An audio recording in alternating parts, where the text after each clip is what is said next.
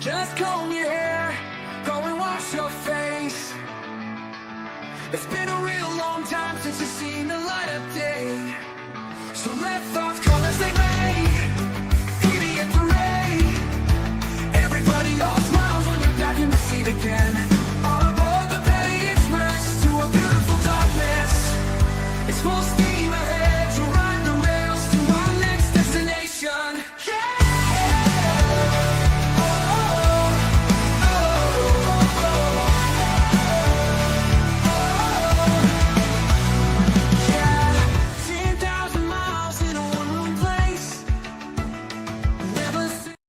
Hey you guys, it is your conductress on the Petty Express, where we explore trials, true crime, and all the shenanigans with sass, wit, and sarcasm, because honestly, how are you going to be able to watch this stuff straight?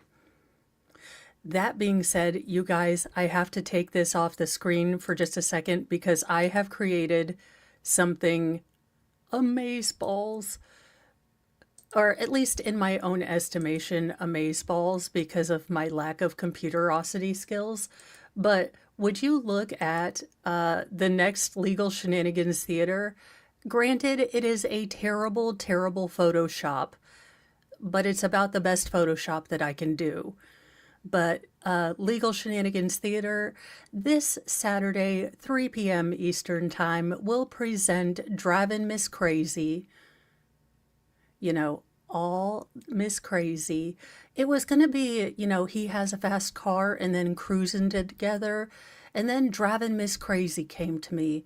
And I mean, that photo, what else was I to title it? I'm so inordinately proud of myself. You have no idea. I even showed Mr. Mo, who's, you know, feeling a little bit better since he found out that I got him ice cream to help his cold. He was so like, I had to stop and get him sinus medicine, and he's like, and I went ahead and splurged, and I normally don't get Tillamook ice cream because we have 6 children.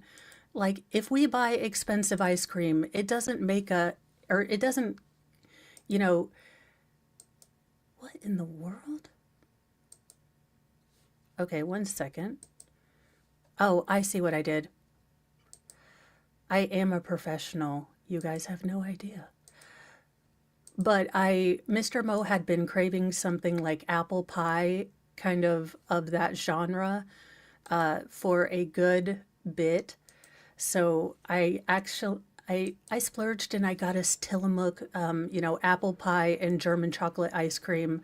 And I've hidden them in the very back of the freezer.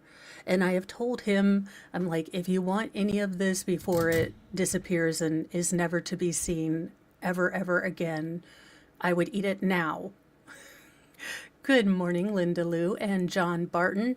I swear to goodness, you are just baking up a storm. Deborah Thiel, good morning. I have my favorites. Good morning. Oh, goodness. So I will tell you guys that Mr. Mo may be unopposed to going to pick up the kiddos because, look, I don't want to be the bringer of the shitstorm, y'all, but we have fire marshal longtime story until for 5 hours, y'all. 5 hours. So I should have put a trigger warning on this stream. If you are in an area where you can comfortably day drink, I would do it. But that being said, if Mr. Mo goes to pick up the boys, I will be getting an adult emotional support beverage because this is going to be a long one, y'all. Now, that being said, the defense has every right to, again, present their case. For an expert this important, what you don't want is a person that is very scattered in kind of how he tells stories in a long roundabout way. because that is going to be incredibly taxing to a jury that's, for every one answer to a question, you have to listen to a 20-minute story. It's going to be absolutely exhausting and you're going to lose focus. Welcome, Observation Station, Average Deb. Welcome, welcome. So that is your, trigger warning for today. Fire Marshal Longtime Ramble Story is going to be on for 5 hours. Now, granted, minus an hour for lunch, or about 2 hours for breaks. But, yeah, pretty much. So I believe we were just starting at the testimony where the defense is trying to point out deficiencies in the state fire investigators' documentation, both photographic and written, of what he did to inspect the house as far as the excavation of the basement and trying to find a cause and origin. Now, hopefully I am in a more awake state. I am freshly awoken and caffeinated that I will be able to pay attention, because I swear by the end of yesterday I was just wah, wah, wah, wah, wah, wah, wah, wah. Even my notes, as you can see, my notes start out with, will inbigonate me, my beautiful handwriting, and they degenerate down here into what in the fuckery. Beautiful Mo handwriting of normalness, and then, oh my God, he's just never going to stop talking.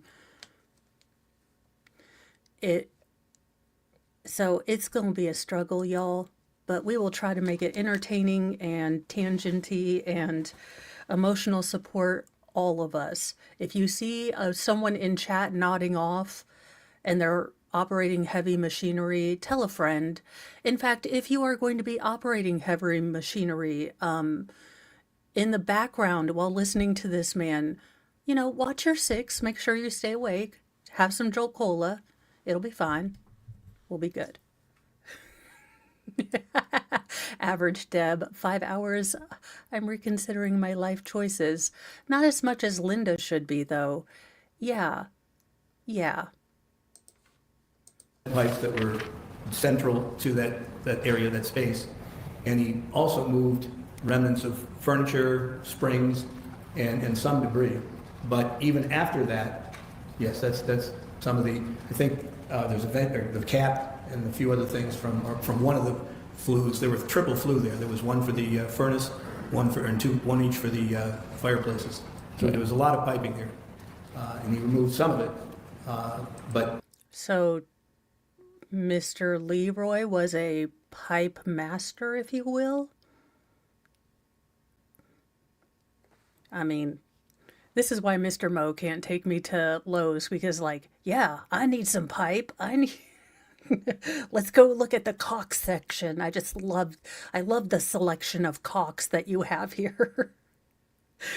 Mr. Mo is yeah, I can't take you in here.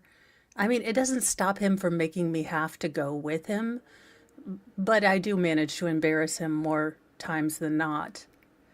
But it's my love language. It's how everyone knows I love him, by his look of misery and embarrassment. there are photographs that show after that there was still a bunch of debris, or that pictures that he even took himself to show there was a pile of debris still there. I want to discuss some of Mr. Shinsky's photographs. Does Mr. Shinsky, you reviewed his excavation and his photographs? I did. Does it comport more with what 921 calls for in terms of how you actually excavate something? Yes. All right, let me, if I can, Your Honor, we've admitted as Exhibit I the photographs of Mr. Shinsky. I'd just like to publish them as we go along. Now, what the defense is ignoring in sort of the discrepancies is that both Mr. Shimsky and Mr. Leroy, so Mr. Shimsky was a private fire investigator for the insurance, and then Mr. Leroy was for the state or for the police.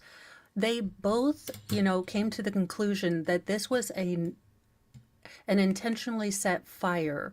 So While, Mr. Leroy's documentation might not have been good, it does seem like Mr. Shimsky's documentation was beyond exemplar. So, regardless of, who did the better documentation, they both came to rather similar conclusions. But I can see how you would, again, attack the, methodology if you really can't, attack the findings.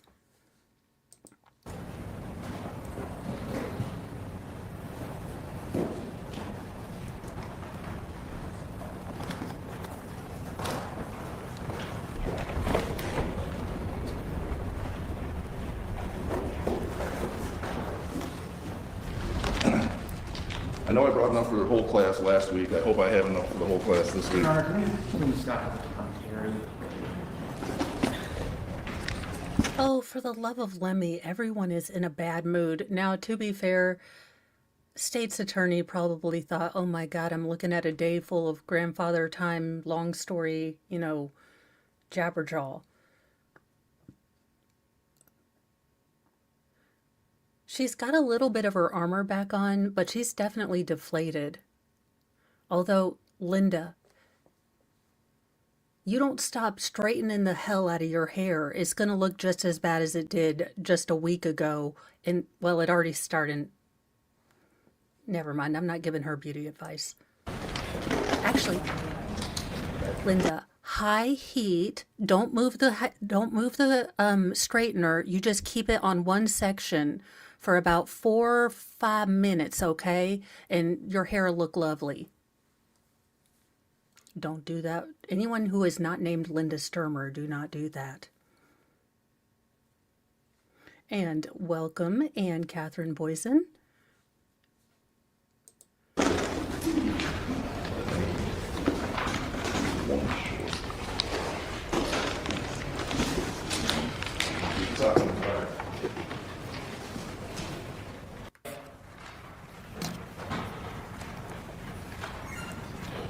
What does this depict to you compared to what it would have been when Mr. Leroy left the place? Well, this one certainly shows that they had an excavator or some mechanical equipment to help. But they take the walls down, and you can see them laying around the outside perimeter of the house, twofold, one for safety, and the other to examine what the remains were. How sometimes they call it, if you just do it on a piece of paper, a blowout diagram. You put the walls on each side where you could, what's remaining, and you mark those as, wall north, south, and west, and east, and then show what's on the interior. It's for safety. It's for safety. Let's talk about the second photograph. Does that show more of Mr. Shinsky and what he was doing in terms of taking the walls down? Yes, it's a closer view, and now you see people inside where they now can feel safe. There's something not going to fall on them.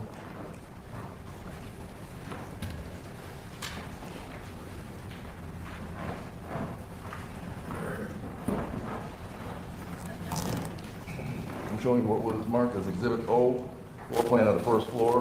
We can kind of get a reference. Do you see this back area? We'll talk about it more on other pictures. You see that back area that's cleared out? Yes. Does that correspond to where the bay window would have been? From this angle, that's pretty much the best you can get, but yes, it's in the northwest corner of that room that you circled. That's probably better, yes. Okay. And this is just more of an excavation as it's supposed to be done? Yes. There's still debris on the floor within that room that Mr. Leroy is supposed to have I'm on excavated. photograph number 5, and they're Bates numbered. We can see this excavator up at the top. Yes. Is an excavator appropriate for an excavation? Yes, there's a variety of ways that you've got to be careful about using them, but absolutely. Okay. As you look at the photograph on 5, can you see this man who's on the right over here? I do. All right, the area behind him, would that represent the living room? Yes, From the that's the basement? area. That's the area that we're speaking of. That's in the darker color. All right, so the bay window that's at the bottom would have already been knocked out by the excavators. Yes. So this represents the rubble on the first floor, which would have been the living room as it fell into the basement? Yes. All right. And do you remember what Mr. Leroy said about how he cleared out the basement? He said he said he did it, but obviously he didn't. Average Deb, if we were trying to help her, but I realized I was throwing pearls among sows, if you will, casting pearls among sows. I always thought that was a really dumb saying for the Bible, because how many, pig farmers have pearls? I was just like, what is a pig farmer doing with pearls? And then if you have them, why are you throwing them to the cows? Look, I was a weird child. I did ask my priest why a pig farmer had pearls, and he never could answer me. That being said, though, I'm sure he never had been asked that question. Photograph 10 is just a photograph of what? That's the electrical distribution panel that's obviously been involved in a fire with wires down below it that are bare copper conductors that have burned off. Okay. Is that something you have to consider? We'll talk about it more in detail, but is that something you have to consider in terms of trying to find out what happened in the fire, what caused the fire? Your Honor, can we approach?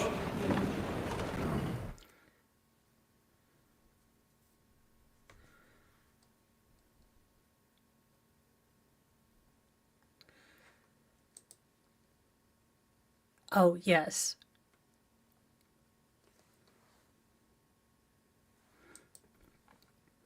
Now, I believe there is going to be some argument because, according to the defense, and again, there are all of these sort of issues that come up before the trial where they specify what their expert is going to be allowed to talk about. Well, I do believe that the defense said that this particular expert was not going to talk about the origin and the cause, only about how the investigator Leroy had not done a good excavation. So I do believe that this is where we are going to start seeing a bit of issues. Does Linda have a large following of simps like other female defendants? I don't think so. I don't know of many. I do know that she was an attractive woman during the first trial. She had long brunette hair. She was younger looking. I then want to talk to you about some of the photographs. This is 13 from Mr. Shinsky's photographs of the 15th. What does that show you?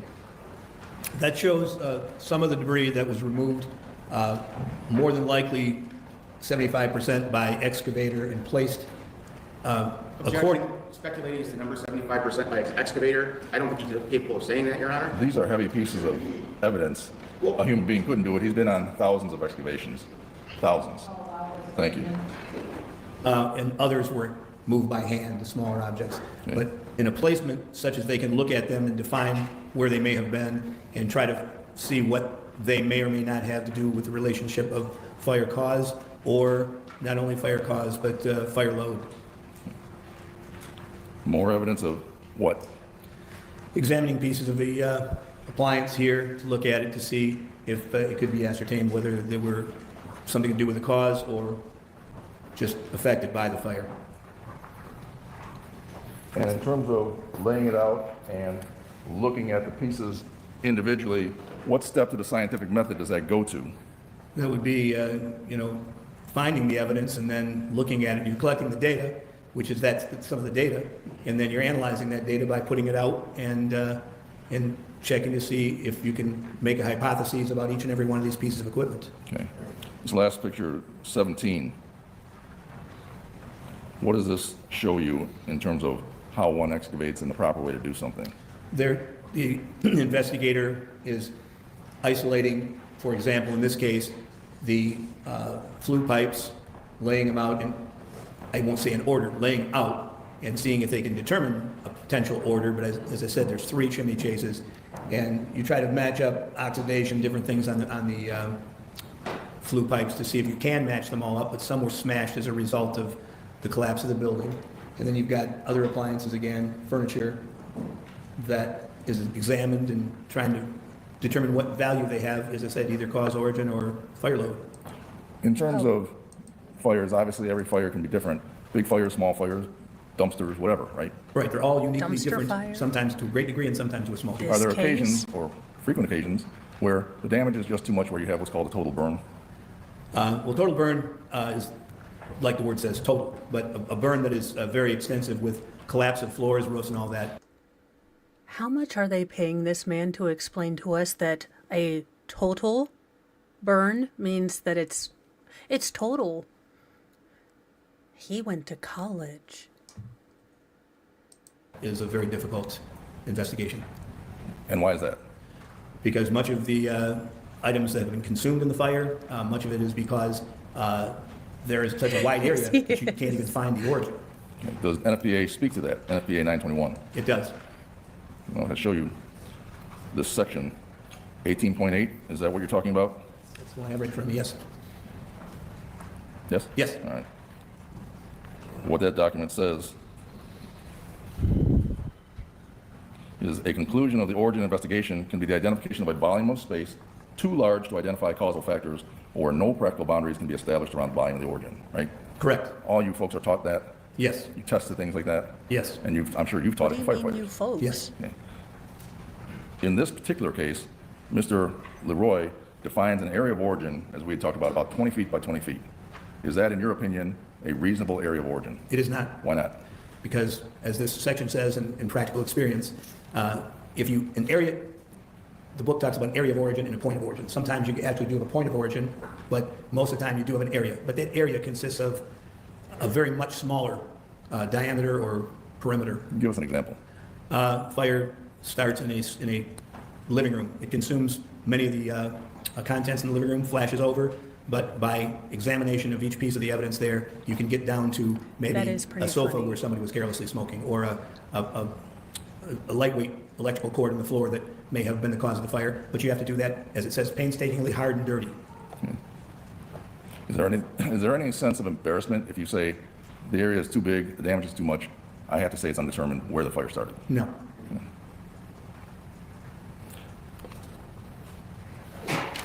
Let's talk about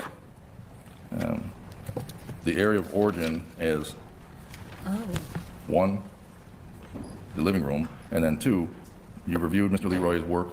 Did he adequately consider alternate hypotheses in terms of the area of origin? He did. Why not? I'm sorry, maybe I misunderstood the question. Yes, did he adequately consider anything else other than the living room? He didn't adequately, but he did consider other hypotheses. Okay. Did you, as you looked at the file, see other areas of plausible origins of the fire? I do. Give me an example of one. The most reasonable one is the fire in the chimney chase. And we'll talk about that Judge, I think we're talking about cause, not area of origin. no, we're talking about the area of origin of a fire in the chimney chase. It allows examination. Do you have to get, thank you. Do you have to get to origin before you can get to a cause? Yes, Why? because if you have the wrong origin, you couldn't possibly have the right cause. Okay. In terms of analyzing the chimney chase, what did you look at? I looked at photographs and actually Mr. Leroy's trial testimony in this case, where he said everything I would have said to say the chimney chase is the most probable cause or possible cause. I won't say that. He had information that he said exactly like I would have said to say this is something that we have to consider. Okay. Did you look at, for example, photographs of how the fire was spreading from the in-car video? Yes. And witness statements? Yes. From the on-scene folks? Yes. All right. I'm going to show you. Wait, the in-car video where we got to see flip flapjack, flip book pages? What? We didn't get to see a picture or a video of fire? Well, I feel cheated. One of the prosecution's photographs from the in-car video, and what does that describe to you in looking at the house? That's from a dash cam from one of the responding sheriff's officers. And the fire is in the back of the house, burning in the upper portions, and the smoke's coming out from that back central section. Okay. Do you remember witness statements saying they saw flames coming through the roof? Yes, Would that be consistent with the chimney chase fire? yes, Did you also look at Mr. Leroy's pictures? I did. I'm going to show you the photograph, and you tell me if that helps give you evidence or data to consider in a chimney chase fire as another point of origin or area of origin. Yes. You tell me what we're looking at and where you want me to point. If you can point toward the second or the first floor fireplace, which is almost dead central in the picture. Right Here? there, yes. I'm back that up. Go ahead. Okay, the roof is collapsed behind there, behind the chimney, and there's almost nothing else left behind the fireplace where the chimney chase would be. Tell us, what is a chimney chase?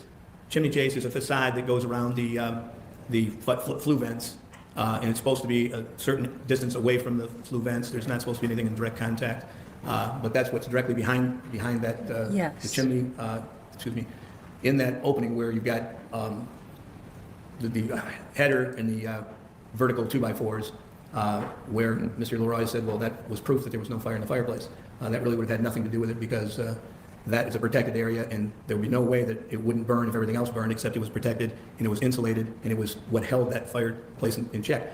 But I don't believe there was a fireplace fire. I believe if there was anything, it was in the chase, and nothing else above here except minuscule amount of rubble, and the chimney or the roof failed at that point, which is a good point of reference to find out where something happened. What caused the chimney chase fire?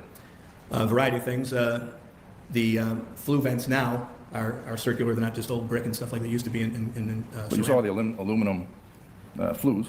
Yeah, they're not aluminum, but steel. Steel. Yeah, stainless steel usually. Some are just plain old. So what can cause a fire to happen in a chimney chase? Dear Lord, yeah, could we get to the he's asked you the question 3 times. What would cause a fire? And he's like, well, fires used to be made of rock, and then they were brick, and then someone invented a chimney. All right, 2 What a things. flue. One would be having insulation directly in contact with it.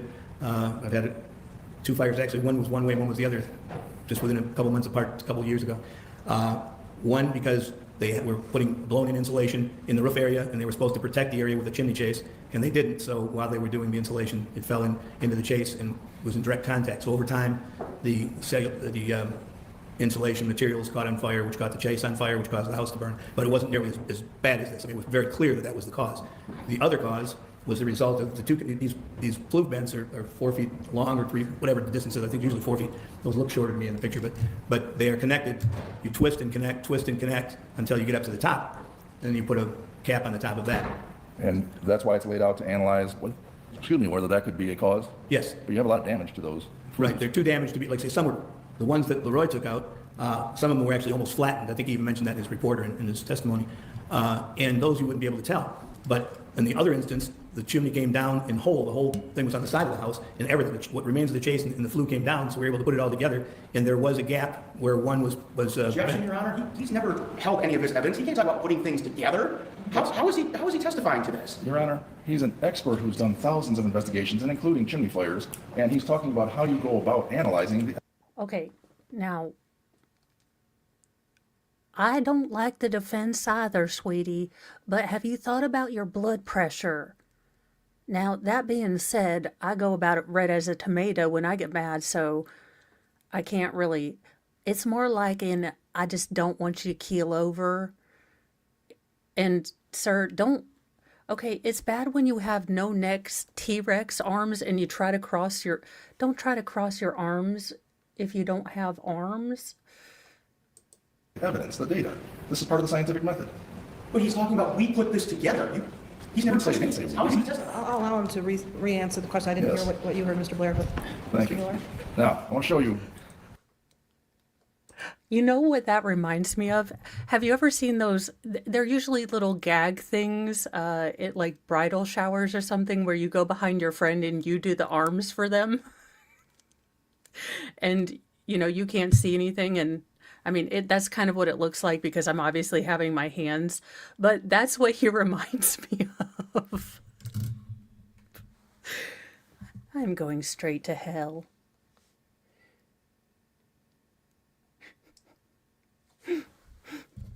Well, bridal showers are an acquired taste. I didn't ever have one, either marriage. 3rd time's a charm, though. I'm just kidding. God, I'm not getting married again. That's ridiculous. Mr. Trinkle? Yes. I want to show you Mr. Leroy's photographs, his own photograph of what he took out of the house. Yes. One, is this the piece that you're talking about that was flattened? It may be. I'm sure there were more than one, but yeah. And then does this look like how a proper excavation would lay out evidence? No. So do you have an opinion of whether you can rule out a chimney fire, a chimney chase, as being the area of origin? Yes. What is that opinion? You cannot. And what does that say in terms of Mr. Leroy's conclusions as far as your ability to have confidence in them? You can't have any confidence in them, but I was amazed when I heard him say, and then it's in his, in the transcript, that he explained everything I just explained, basically, and how that could happen. And then rule it out with what? Any analysis? He said it wasn't low enough. I think, that might be misquoting, but it was up high, and he explained how the fire would travel upward in the chase from wherever the fault was. But he doesn't know where that fault was, nor do I. If you had a chimney chase fire, could it explain a sudden burst of flame? Absolutely. How? Well, the chimney chase is confined, it's burning what's inside, but it's eroding the OSB or whatever, siding they had on that chase, and it's going to eventually go to the other areas. That's where you see the whole house is burned down away in the backside of that where the chimney chase was. Okay. Now let's talk about Mr. Leroy's opinions of causation, how the fire started. Does NFPA 921 give us guidance on that? Yes. I showed this to Mr. Leroy. The cause factors for a fire.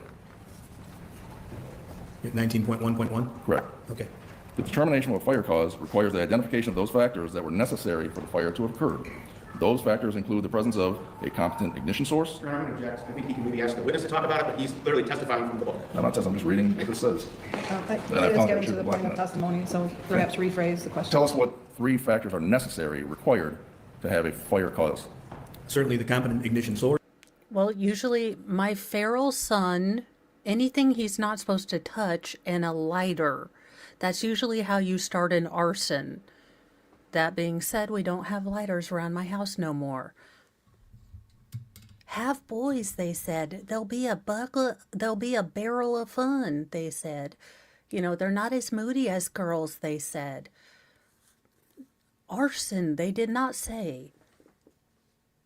Source, the type and fuel first ignited, and what brought them together. Okay. Does it also speak, NFPA 921, as to whether or not you can get away with less than all 3? It says you can't.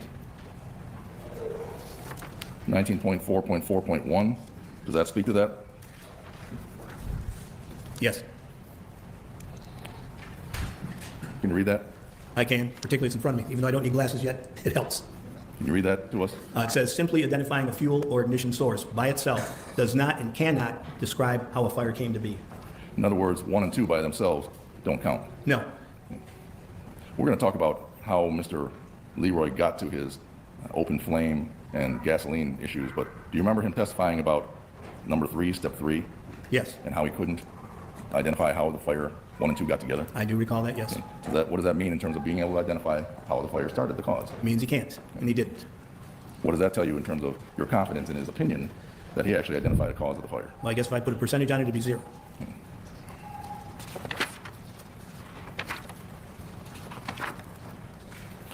Let's talk about Mr. Leroy's There's a reason magnifying glasses have not been purchased, even though youngest most feral claims he wants to be a scientist. Mo may have been born, well, a while ago, but not yesterday. identification of the origin and being in the living room, but how he used Ms. Stermer's testimony to help solidify that basis. You remember him talking about that? Yes, Okay. What's the one thing that you found consistent in every one of Linda Stermer's statements? she was She downstairs, was he in was it? upstairs, or her husband was upstairs. And then what happened? She heard the sound, a scream, and ran from the basement upstairs and saw that the fire was in the living room. Do you recall whether he agreed with me that you can't be in 2 places at one time? He did. And what does that tell us about Linda Stermer being in the place where Mr. Leroy thought the fire started at the time the fire started? It would tell you that there's no way she could have been involved in setting fire. Objection, speculation, Your Honor. Mr. Blair, could you please bring the emotion down? Sorry. Thank you. Can I call me out? You have yes, you have an objection, and what is? Wow, we are going to listen to that in closer to normal turns, or time speed, but, well, look, he's a fluffy dude, and sometimes we get winded if we've been trying to run a little bit quickly fast. Look, we're built more for weightlifting and not sprinting.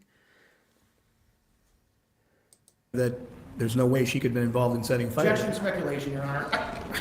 Mr. Blair, could you please bring the emotion down? Sorry. Thank you. Can I call me out? You have yes, you have an objection, and what is your objection? Speculating as to whether or not the defendant could have started the fire. You can't be. He testifying that Wait, speculation station, will this objection fly?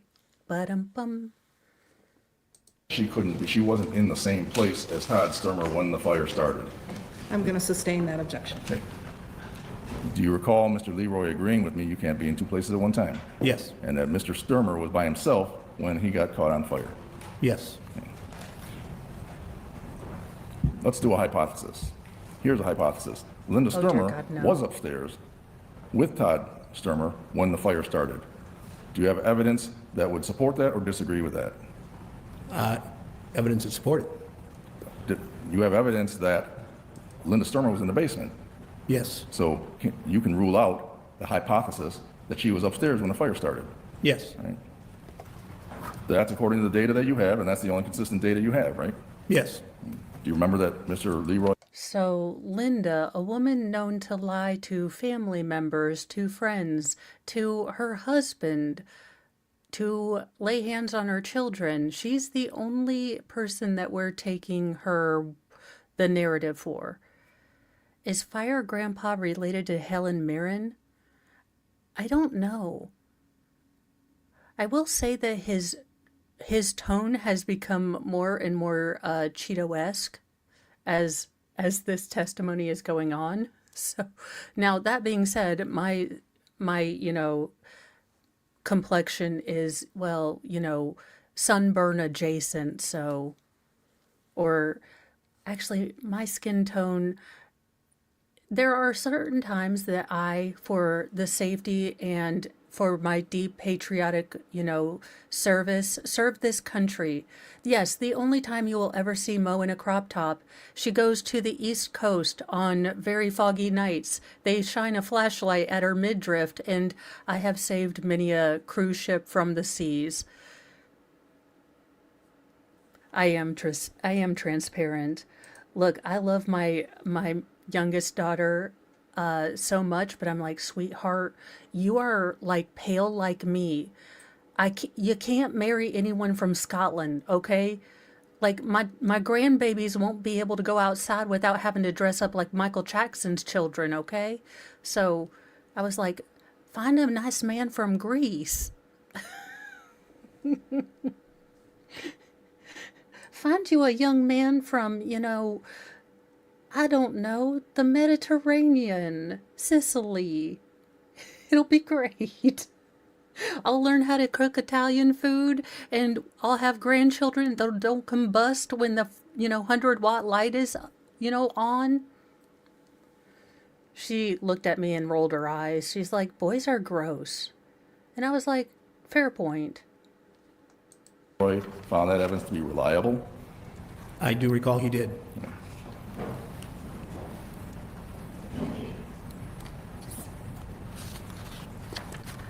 Sarah, In terms speaking of, of, look, I'm not saying nothing, but that's a really, really, really tall lady. With the feminine grace of a young Janet Reno.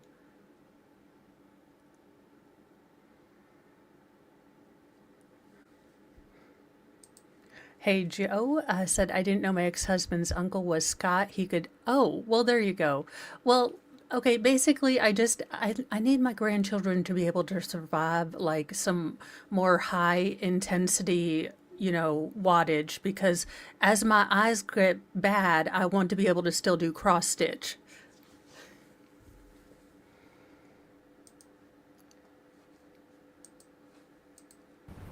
alternate theories, alternate hypotheses, is that important that you have to consider different theories? Absolutely important. Why? If you don't consider all of the other potential theories, then you can't come and render an opinion that there's one and only one reason for this fire to have occurred. Let's talk about this idea of, I'm so happy they let Donahue sit at the first table. I mean, I know he lost his talk show and everything, but I really like Donahue. gasoline on the sweatpants. And first of all, why don't we do this? Let's talk about fire propagation. Can you tell us what factors are involved in fire propagation? Because you understood that one of the things Mr. Leroy talked about was this was a fast fire. Yes, I believe that definitions of different kinds of fires would be a friendly fire, a hostile fire. Friendly fires don't get out of control, don't hurt anybody. We enjoy them. You know, fireplace or campfire. They're mostly peaceful. I have never heard of it referred to as friendly fire. But okay. Well, JKD Buck, I don't know. Friendly fires are for s'mores. Now I want to make a t-shirt that just says friendly fires are for s'mores. It's just going to be a fire that's like free hugs. Oh no, friendly fire, and then he's hugging a gasoline drop. That would be okay. It's in the Mow workshop up here with the Council of Mows. They will figure it out. Cooking. So, on the other hand, when you say a hostile fire or a fast fire, that connotes that you can tell the speed of a fire by looking at it or not considering anything else. Does 921 give guidance on whether you should be considering that? Calling things fast, abnormally fast? It does. Section 23.7.2 speaks to that, doesn't it? Would you maybe have a latent French fire then?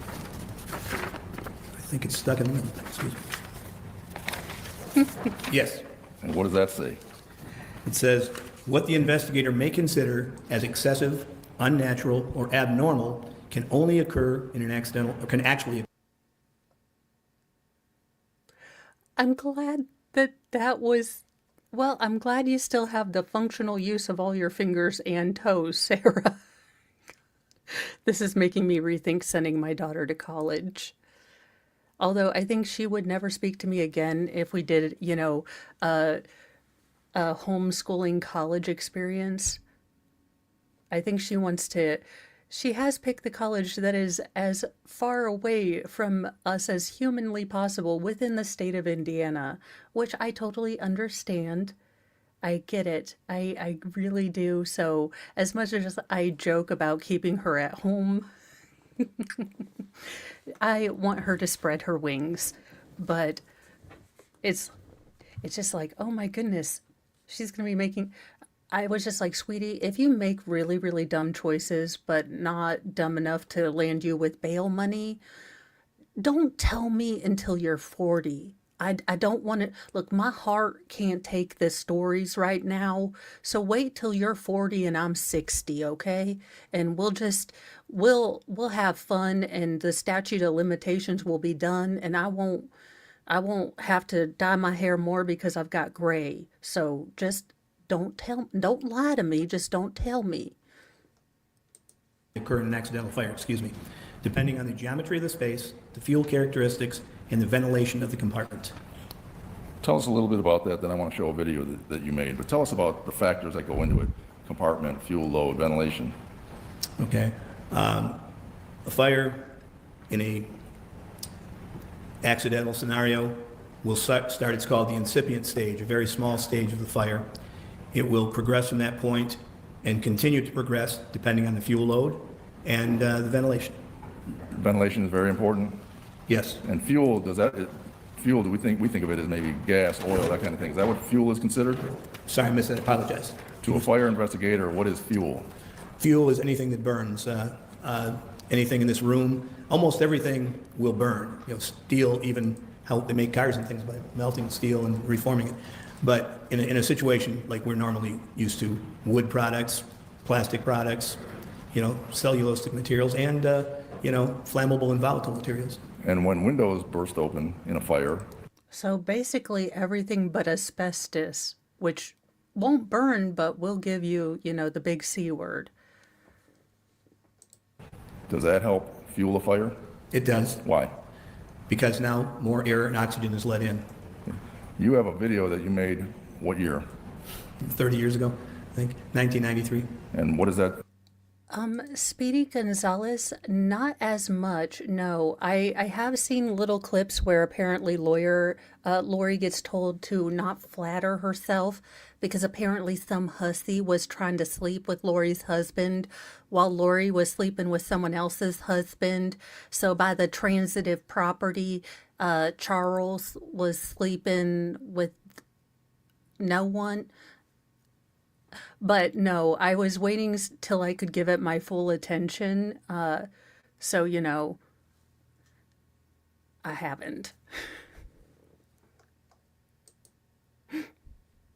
But I am wanting to watch it because, I mean, can you imagine, again, the lady balls you have to have, like the brass tits you have to have when you are a cheating cheaterton who unalives your kids and, you know, helped unalive, you know, well, Chad Dorkbell's wife, and then, you know, to sit there like you have the moral high horse, like you have a moral, like, were you aware that you were seeing a married man?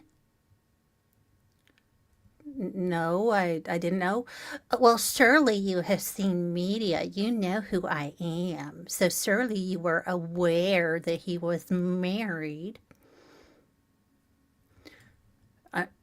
And I mean, that. And then when she was like, bitch, don't flatter yourself. I don't care about you, Lori.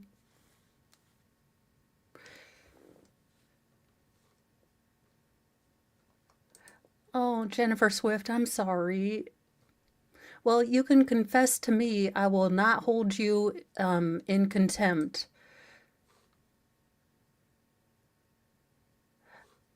Well, either Chad himself, basically they conspired together to kill Tammy. So he strangled her. So, yeah. Intended to demonstrate. That was intended to demonstrate at that time a specific fire, but it also was intended to show how a fire without any kind of fuel, like liquid potential that can ignite, ignitable liquids they call it now, was not involved. And what's intended to talk about in terms of fire propagation?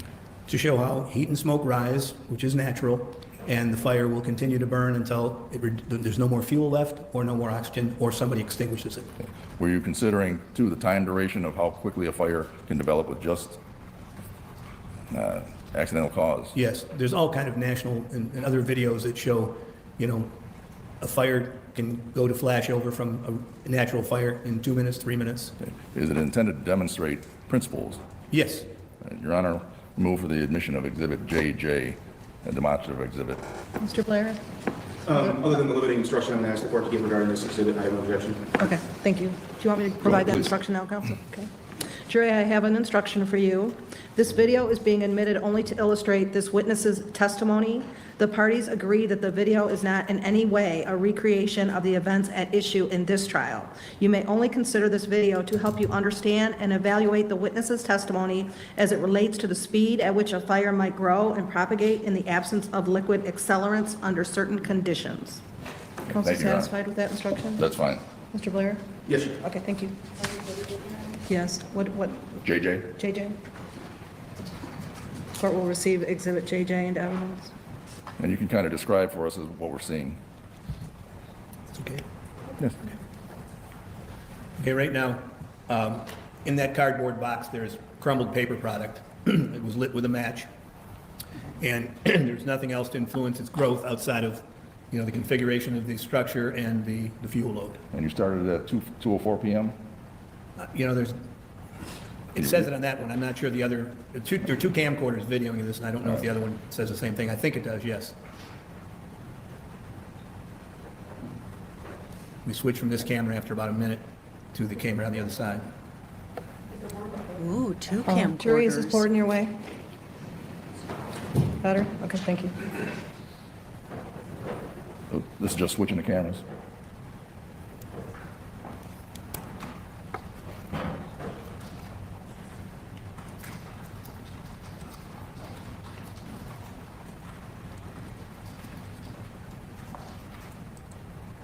Apparently, this is more of an exemplar video, It's getting hot and I'm moving just it to back. show Yeah. how fire moves up, and smoke also goes up, but how You were fire actually present going at this up video? will. Yes.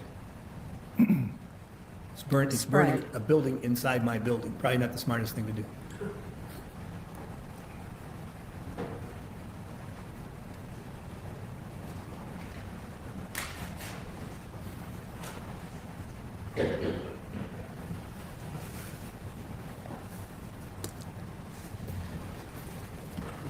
Good morning.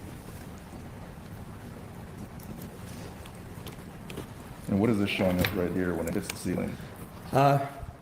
Heat and smoke, fire, go to the, something that stops it from going straight up, a horizontal surface being the ceiling, and then it spreads out in all directions. Thank you, Sarah Adams, and you for $2. And side note, Koberger got owned yesterday. Awesome. I mean, I don't know, again, a whole lot about the case. Like I said, I have had a real disinclination, like a strong disinclination to get into that case. And I was trying to deeply look at it as, you know, the case has moved forward. And I think it's just because my girls are getting ready to go to college.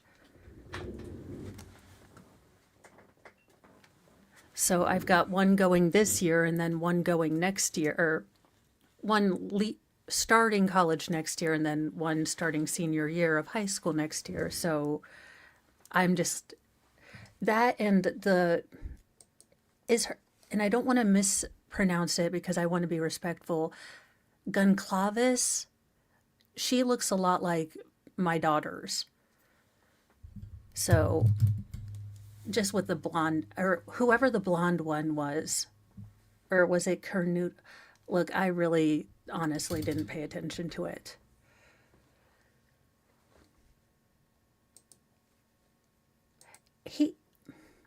I will say, optically, what is going to be the worst for him is that he has a deeply unsettling stare. And even just as a casual observer who hasn't kept up with the case, so I really don't know, I really don't have any opinion as to his guilt or his innocence.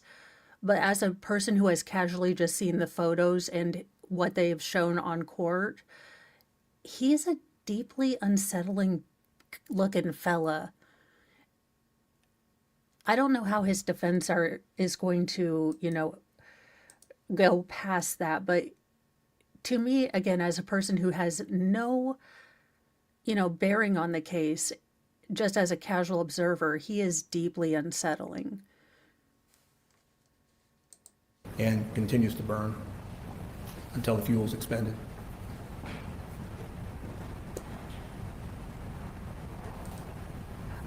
Oh, well, this is actually a video that this expert actually provided. This was a video taken, I guess, whilst they were investigating a case in 1993. So this is more just an exemplar of how kind of fire behaves when it's got fuel and the fire goes up and then kind of spreads out. So that's kind of what they're using this video for.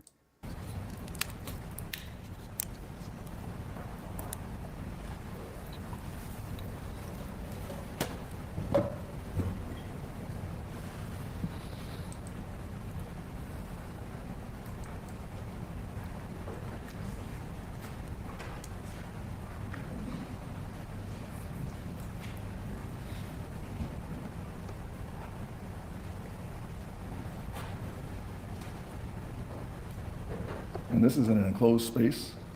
It's not totally enclosed. It's, as I said, I had a fire truck, and I had a fire truck, I had a way to put the fire out, but it's in a big warehouse, my office, where my office was, at a 30-foot ceiling, so this is only an 8-foot ceiling, so we're not going to let it get beyond where it should. But to answer your question, there's sufficient fuel, sufficient oxygen to keep the fire going until we extinguished it. No. And this is the speed of the... His question was, is this an enclosed space? And then you took 3 minutes to take us on a journey of not answering that question. And then you still didn't answer that question. Sir, I try very hard not to let my, semi bouts of, tism to come out. But when people spend their entire paragraph not answering the question that they were asked, it bothers me.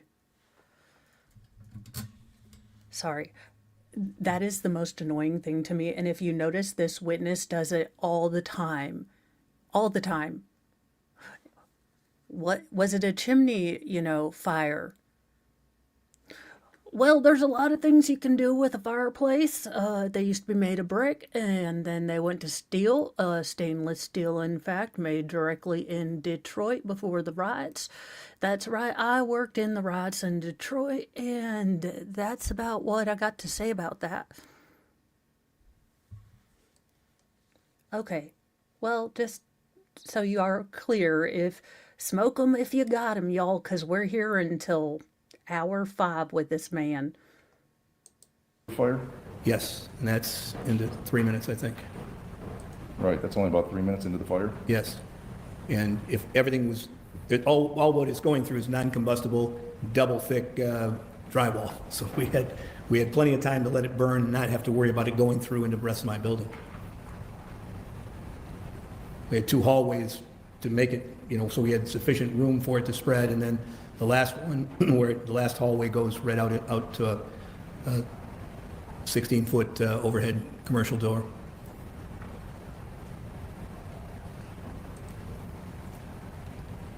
It's only about 4 minutes in, 2:07? Yes. And there's the firefighter's got his full gear on, including. Okay, riddle me this, Batman, and I don't pretend to be a member of OSHA, but let's play with fire inside a building. I get that you have to model an enclosed structure, but I have always seen these model enclosed structures being done outside, not in a warehouse.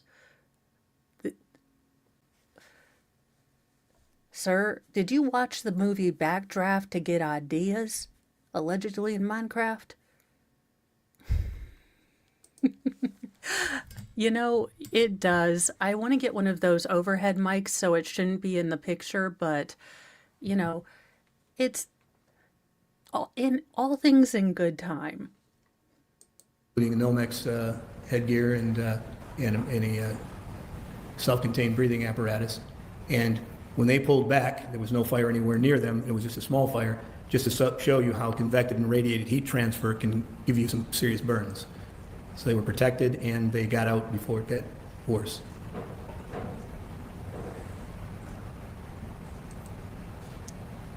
Okay. That's the end of that video. You illustrated that to show how fast fire can propagate even without any liquid accelerant or anything. Yes.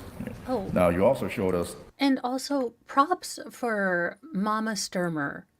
Todd's mother has been here every day. The only time I think that she left the trial was obviously during the medical examiner, and I absolutely don't blame her.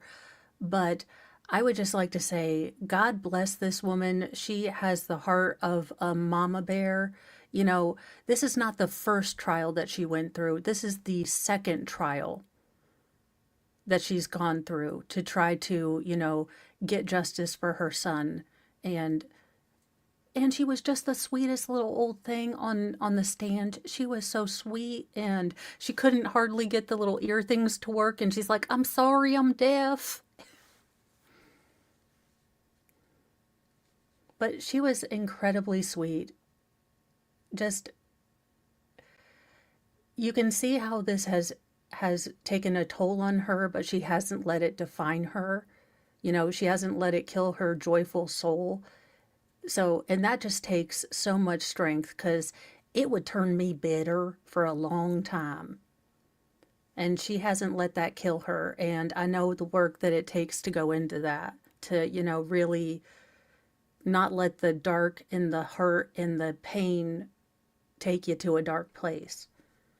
Even without any liquid accelerant or anything. Yes. Now, you also showed us, that fire is going pretty crazy in a few minutes. You've been in plenty of fires as a firefighter. Is it as dangerous as it gets? Yes, and that one's controlled, so everybody knew what was going to happen, you know, and they knew there's no more fuel to ignite to hurt them, so, and they had fire hose line right there from a fire truck. But when you Let go me, in, let me address this. When you go through your training, is it so that you know how to act in a fire where it's, yes. you're so an inferno? Yes, it's your job to put that out, no matter what. People always think you see people running away and crazy firemen running in, you know, you have to know what you're doing to do that. What are the things you're combating in terms of critical stress and the way the body reacts? Well, certainly your heart's pumping more than it would normally. You know, you're excited and you are under a lot of stress because a lot of times we come to homes, we don't know if there's anybody in there. We always treat the fires as there is somebody there. You've learned about critical This is going into firefighting. I thought he was, unless he is supposed to be just generally giving, you know, fireology knowledge, I don't understand where this fits as far as what Inspector Leroy didn't do well, or if he's an overall fireologist.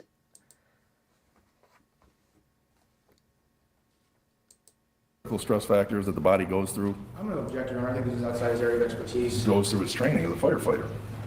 That's why they do repetitive training. It's getting to be medical. No? If you stay away from any medical opinion, it's fine. I'm not asking for opinions. You have received training on how the body reacts in critical stress situations, right? Yes. And those symptoms include what? I'm going to object, Your Honor, that he's Part of his received training. training. It doesn't mean he's an expert on giving an opinion to a jury about what it might Maybe be. lay more foundation of what Sure. the training was. Tell us where your training was. I agree, B. Jefferson, because what I will tell you, though, is as a juror, I would find this incredibly insulting and it would piss me off. If the defense had any capital going into the start of their case, the fact that their expert will not give a clear, concise, and easy to decipher answer would piss me off.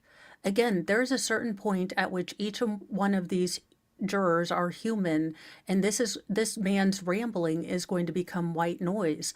If you are the defense, that is the last thing you want from your expert. Your fireology expert should be concise, able to engage with the jury, but not being over technical, but also not being a rambly, you know, rambleton. I just, where are we going with this? They are, yeah, pretty much. Although, that's a mean mug.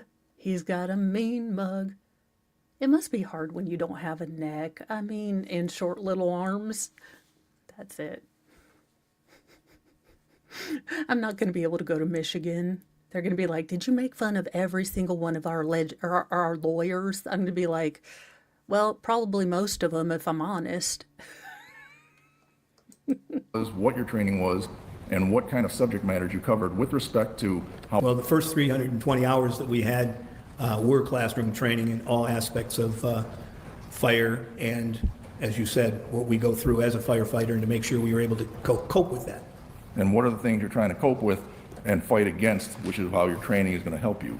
Well, it's sort of like muscle memory. When you're doing what you're doing, and you do it over and over and over again, and you rely on the people you're working with to have that same feeling that you do. You know when you're going in with somebody, that we always had a thing called 2 in, 2 out, that we would go in together as a team. And It just meant something different in the clubs in Frisco.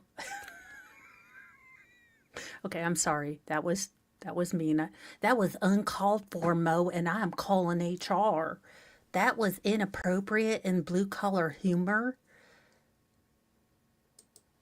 if we were not coming out, both of us were not coming out. If we got out, both of us were going to get out. And so in that process, you know that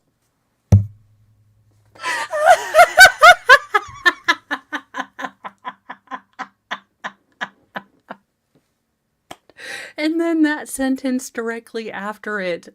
Oh, sir, you haven't been my favorite, but I loved you on The Matrix. the things you're going to be dealing with. Back in my day, we didn't have self-contained breathing apparatuses, I shouldn't say in my day, in the beginning of my tenure. Mr. Trenkel, with respect to critical stress symptoms, did you learn things like tunnel vision? Okay, Now, I will say that as much as I find him a general dick, he is controlling his frustration with the witness because you can tell he is getting irritated with the long rambling answers. He is trying to wrangle this. He's like, "Let's come on. Back to the store, back." It's like when Mr. Moe is trying to get me on focus and he's like, "Come on back, come on." Yes. Describe for us, please, the other body symptoms that you learned to prepare against with training. Object is irrelevant, Your Honor. I don't know how this is even relevant at this point. Well, can I explain the relevance, since he made an objection? I think, is it relating to Ms. Stermer? Is that? Yes, where you're going? these folks train for critical stress. A middle-aged woman does not train for critical stress. That's how it's relevant. We're providing Linda, as a middle-aged woman, was critical stress. Fatal stress to Todd, so I mean, Linda created critical stress. She's a middle-aged woman and a widow, and how was she to know? facts into the record here. I'm just concerned about what's going on in front of the jury, with some of these statements that are being made. But in addition, he's not an expert on critical stress. And how a layperson, he's a firefighter, he's not a firefighter, how a layperson might perceive it. It's based on his Allow him to training. testify as to firefighters. Yes. And their stress levels and what he's learned through his training. Right. Not laypersons. I didn't ask what a layperson, I just asked what symptoms have you understood through your training that you might go through that the training would help? Okay, to be fair, you know, this man has had to deal with, he has had to deal with Mr. Kelly and he can't speed him up. So he has had to listen to him at normal speed for this entire trial. I can see why. I can see why he's a little bit more, you know, inferior rated, as B. Ivory Lamar would say. I can see why he would be more infuriated. Help, you said tunnel vision. Right, well, make sure you maintain focus, for sure, what you're doing, and not panic. I'm not sure the whole program that you were wanting me to tell you, but if you can maybe clarify. Well, have you learned that you lose your fine motor skills? Yes, All right, that's why people fumble with their keys in a high stressful situation. yes. It's leading and now it's Thank you. outside the scope while We'll sustained. go to something here.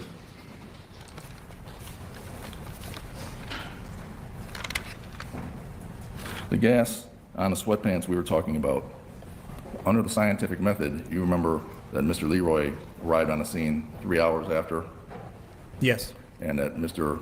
Stermer was at some point outside the house. he was. Do you have some understanding of how Mr. Stermer got from the house to where he was initially found and then transported? From the house to where he was initially found, no, but from the movement afterward, yes. And the movements afterward included, first of all, Mr. Matheny putting clothes on him. Clothing being placed on him, Mrs. Stermer was on top of him, then she allowed Mr. Matheny, or not allowed, Mr. Matheny did put a bunch of things on him, but then there was also another movement. And that other movement involved what? I don't know if it was the fire chief or somebody else, it was somebody to assist to lift Mr. Stermer and put him into a little boat and then move him farther away from the actual burning building because there was fear of there was a 220-gallon fuel oil tank right next to the house and he wasn't too far from that, so they moved him away. And as a fire origin and cause expert, you remember Mr. Leroy, 3 hours later, said he smelled gasoline? Yes. Or he smelled something fuel and it turned out to be positive gasoline on the sweatpants? Yes, Do you have to, as a scientific person under the scientific method, have to rule out how that gas could have gotten on the sweatpants? absolutely. And one of the things you have to rule out is, do you understand? It's sustained, it's leading. Okay, what one of the things are in terms of the boat transfer? Objection leading, Your Honor, he's still leading the witness. Ask you to ask the honorable questions. I will. Please direct.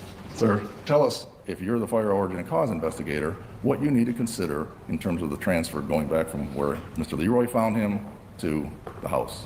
I would have to consider, if anything, in that transfer of movement from where he was lying to where he was put in the boat and to where his final destination was, if there was any possibility.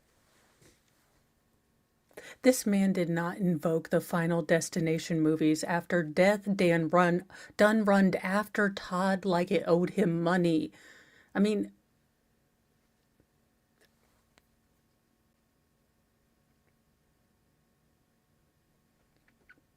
He was like Devon Sawa in the movie. He just could not catch a break. This man is unintentionally hilarious. And I'm going straight to hell for laughing at any of this. Of any other potential for a gasoline or fuel oil or any other kind of ignitable liquid to have gotten on him. You would have to take the boat, and we use things sometimes like sterile gauze and things like that to get liquid and then take that into evidence and have it go to the laboratory just to check to make sure there wasn't something else. And even on the ground, I would have checked the ground he was on. People are driving back and forth and all that. I don't know what was on the ground that might have been a contaminant. What about Yeah, you know those Michigan oil fields, they just pop up, you know, you own 40 horses, they trample across the field and you just hit oil. It was like, oh gosh, it was like Beverly Hillbillies. One day he hit oil, Texas crude. Cement ponds, movie stars. I get in the land of hypotheticness, this would be great, but what in the, again, the speculation is something that's fun and we could speculate till the cows come home, but unless he was able to say anything coherently, what you are able to get across to the jury and make impact to the jury is going to be flat noise. The jury is going to look back, and I guarantee you that most people don't take notes as diligently as me. People are going to look back and they're going to look at each other and say, did you follow a lot of what he said? Like, and they're going to be, no. Ooh, until the horses come home.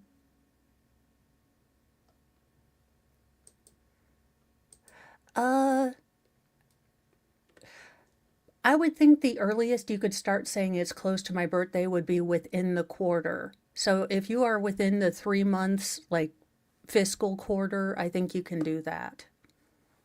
That's me though. And I've gotten past the age where I look forward to birthdays and now I'm like, damn it, mother, you keep, like, damn it, children, you keep getting older and you're dragging me with you and I didn't sign up for this.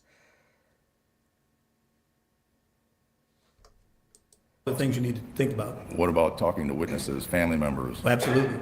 Did you find any evidence that Mr. Leroy did any of that? He pretty much didn't talk to anybody. Or wipe anything down? No. Am I right? Correct. All right. In your review of the evidence, did Mr. Leroy even consider collecting data for the boat? According to what he testified to, he didn't even know a boat existed. Okay, so And Average Deb is correct. Or no, I'm sorry. I have my favorites. I hate it when it pops, it goes up. The boat would not have had any oil or gas in it. They only used a paddle because that was...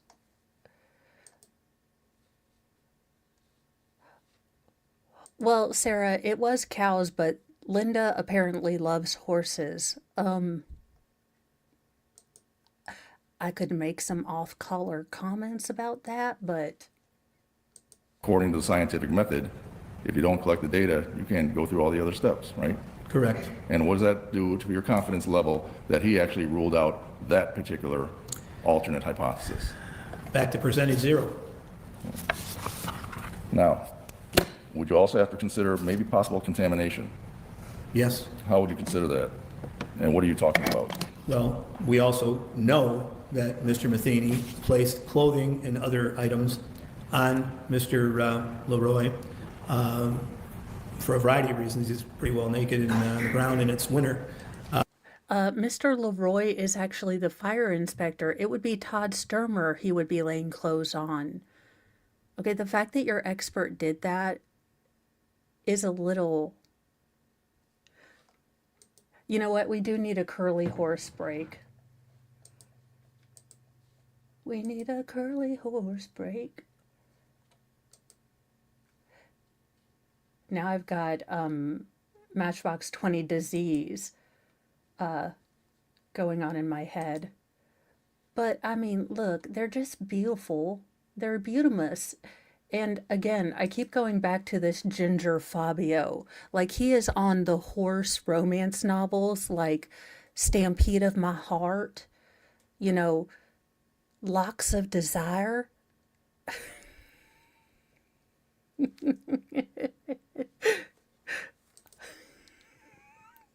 This one is just like, I hate my life.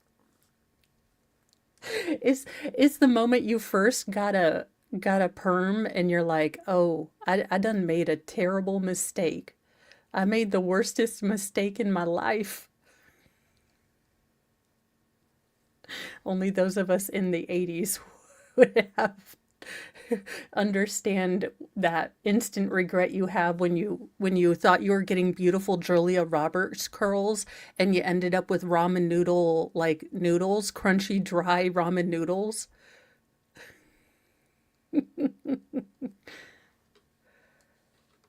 Okay, all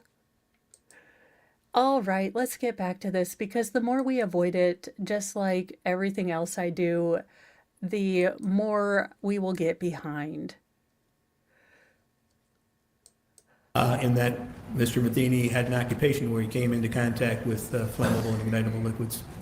And what would you have to do in order to determine that maybe contamination caused it? Well, if you were the person taking the evidence, each one should have been analyzed separately. But to compound the problem, these things were placed into the body bag together and were transported, and then each one were positive for slight residue of gasoline. Objection. He can't testify as to what the level of residue was, Your Honor. He said slight. He can't do that. I'll allow you to cross-examine on that point. Thank you. You do know what the threshold that Mr. Ernst said the machine was? Yes, .0005? correct, 4 zeros and 5. right. Now, one of the things that Mr. Leroy said, he smelled gas 3 hours before. Do you have to consider and collect evidence about maybe what did people smell when they were the first people on the scene? Yes, absolutely, and I think during the course of time, he did find that out. Did you see where he did not interview Mr. Matheny? No. No, look, you little, okay, let me explain something to your little you Zoomers, you little, Gen Zers. You think it's going to be real retro? You think you're going to look really rad? Well, let me tell you what you're going to look like. And let me do a Google search for ramen noodle perm.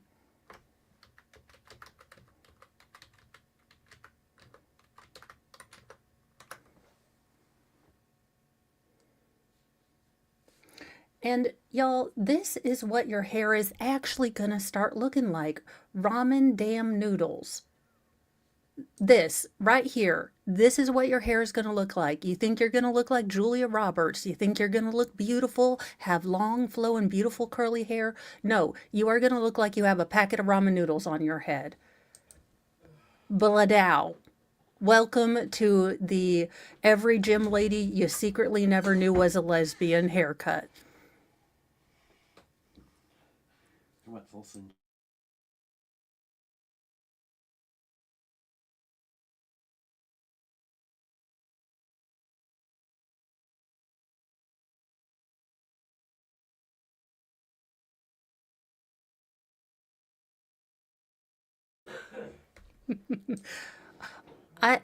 I didn't understand why she had a mullet or, always liked softball in the Bears. But there you go. There you are. That is what it's going to look like. I hope you are ready for this. Oh no. Yep. Again, this is what all you are going to look like. Processed. It's going to be crunchy. It's going to smell. Well, you enjoy that because those of us who are older, wiser, and as Tawanda would say from Fried Green Tomatoes, and have more insurance, we're just going to stay with, our messy bun. We'll be just fine. You guys go ahead and take the prom, or the prom and the perm. I don't want to do prom neither.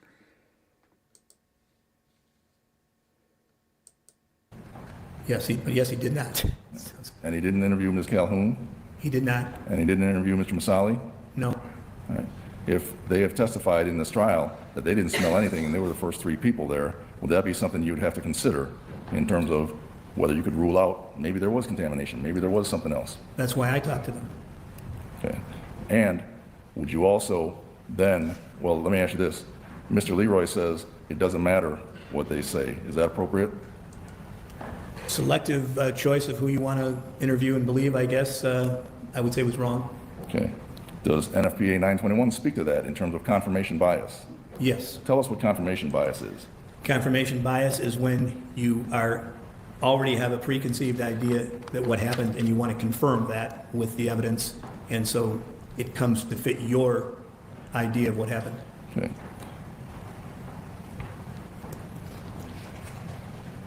Now, again, I wonder if any of the jurors are going to notice that this witness is only attacking Mr. Leroy's investigation and not Mr. Shimsky's. Yeah, I do think Linda has a slight curl to her hair. Because that's almost like what happens when you have wavy or semi-curly hair and then you try to brush it out. And air dry, it does not. Confirmation bias described in NFPA 921, section 4.3.10. Can you read that for us? Somehow we got things out of place. Maybe I can read it from up there. Confirmation bias occurs when the investigator relies exclusively on data that supports I the had no idea hypotheses to do that. and fails to look for, ignores, or dismisses contradictory or non-supporting data. And then it continues, does it not? Failure to consider alternate or opposing hypotheses or prematurely discounting seemingly contradictory data without appropriate analysis can result in incorrect conclusions. Sorry it took me so long. Maybe I do need glasses. Best, from the evidence that you have reviewed, does that fit into what Mr. Leroy did in terms of contradictory data? He did not do anything to do with that. Would you say that that fits the definition of confirmation bias, what Mr. Leroy did? Yes. And what does that do for your confidence level in his opinion that the gasoline on the sweatpants related to the house as opposed to anything afterwards? There is no confidence.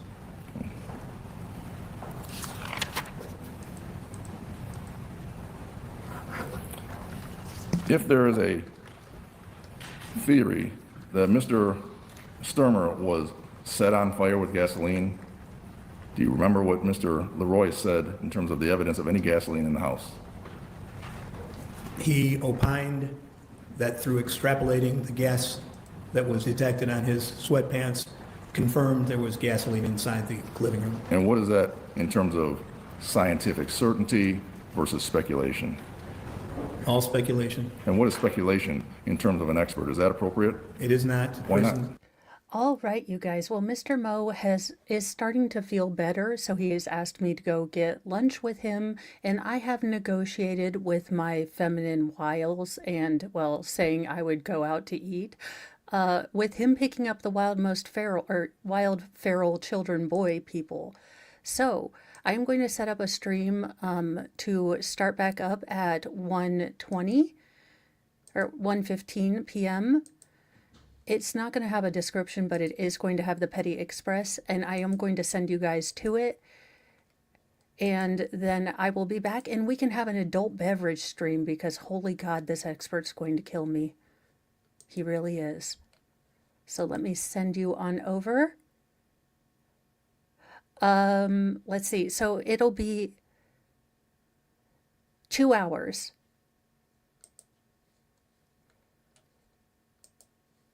Alrighty, I will be, where in the, oh, here we go. I will be back. Wait a minute, that's not the right one. That is the right one. I'm a genius at this, I swear. All right, I will see you in just a little bit. Mr. Moe's telling Thor, you cannot go outside. So I'll be back, you guys.